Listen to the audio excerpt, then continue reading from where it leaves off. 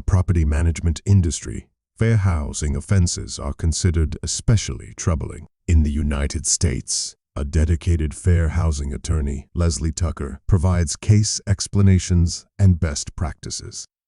These are some cases. Good day, everyone. Welcome to the Fair Housing Insiders Case Files, Episode 12 with Leslie Tucker, the principal of Williams, Edelstein, and Tucker. And I'm your host, Jonathan Saar. The case that we're looking at today, we can see how policies can become too restrictive. This can lead to fair housing discrimination.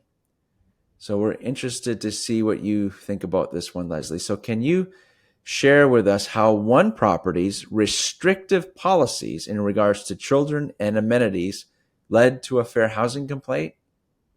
Yeah, sure. So the property in question involved in this case allegedly enforced rules that prohibited anyone under the age of 18 from using its amenity spaces, which included a pool and a fitness center and a computer room, without being accompanied by an adult leaseholder. The household at issue in this case was comprised of a single mother, her adult daughter, and then her 16-year-old daughter. And because the mother was often not at home, she was at work a lot, the 16-year-old daughter wasn't able to use the amenities because she wasn't able to be accompanied by her mother.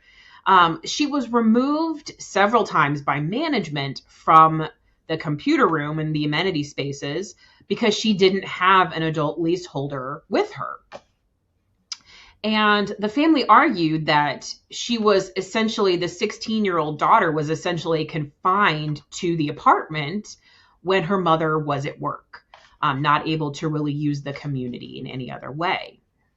The household was threatened with eviction, at least in part based on those incidents where the daughter was asked to leave the amenity spaces because she wasn't being supervised.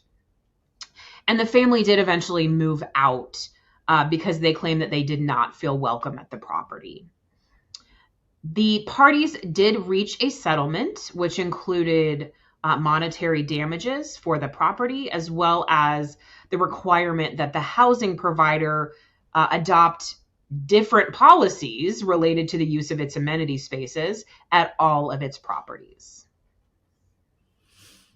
Very good. Thank you for that explanation. And I think from our community standpoint, this is like a good lens opportunity to think about their policies and trying to avoid situations like this. So a couple of questions for you. So if a property is experiencing issues with teenagers that are damaging amenity spaces, could a housing provider justify implementing a supervision requirement for all minors? And that's a good question, and it's one that I get a lot from my clients.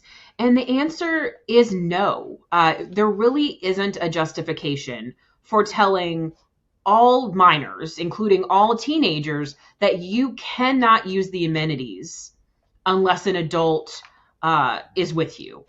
There's just no justification. And there are situations, obviously, where there are going to be individual minors who might have been caught damaging your property, your fitness area, your computer rooms, the plants in your common areas, things like that. And those are actions. Those are individual decisions that you can make related to their households. It's not something that you can say, okay, well, now all teenagers have to be accompanied by an adult or a guardian. You need to take action specifically against those particular households and maybe, prohibit use of the amenity spaces by maybe one or two or whoever is at fault in those incidents, but not to make an entire policy that affects every single minor on the property. Very good.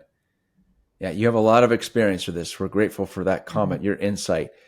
So let's take it just to another level then. So if someone has a policy that has blanket supervision and that requirement is too broad, At what age could a housing provider require minors to be accompanied by an adult or guardian?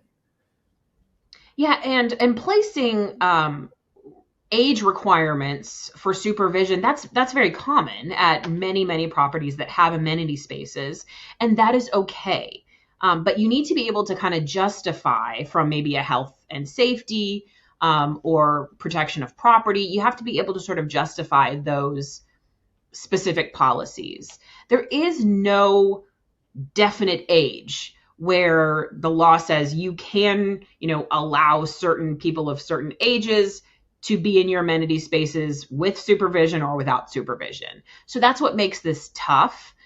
I think that once you get up into the 15, 16, 17 range, it does get a little bit harder to justify supervision requirements for any amenity space, just from across the board policy standpoint. For kids that are 13, 14, younger than that, that's kind of, I think, where I'm seeing a lot of policies end up. And I think that's probably justified for, multiple different amenity spaces for health and safety reasons or for protection of property. So your policies can be, whatever they are, as long as you're able to justify them. And that there is potentially a risk in, forcing a supervision requirement on a teenager that's a little bit older. Understood. Very good. And I'm sure our community appreciates how much fair housing attorneys like yourself play a vital role in making sure that policies are sound to avoid situations like this. So thank you, Leslie, so much for your insight. Thank you to our community. We appreciate you. You guys are amazing. So appreciate your support of this show. This has been the Fair Housing Insiders Case Files, episode 12. Until next time, take care, everyone.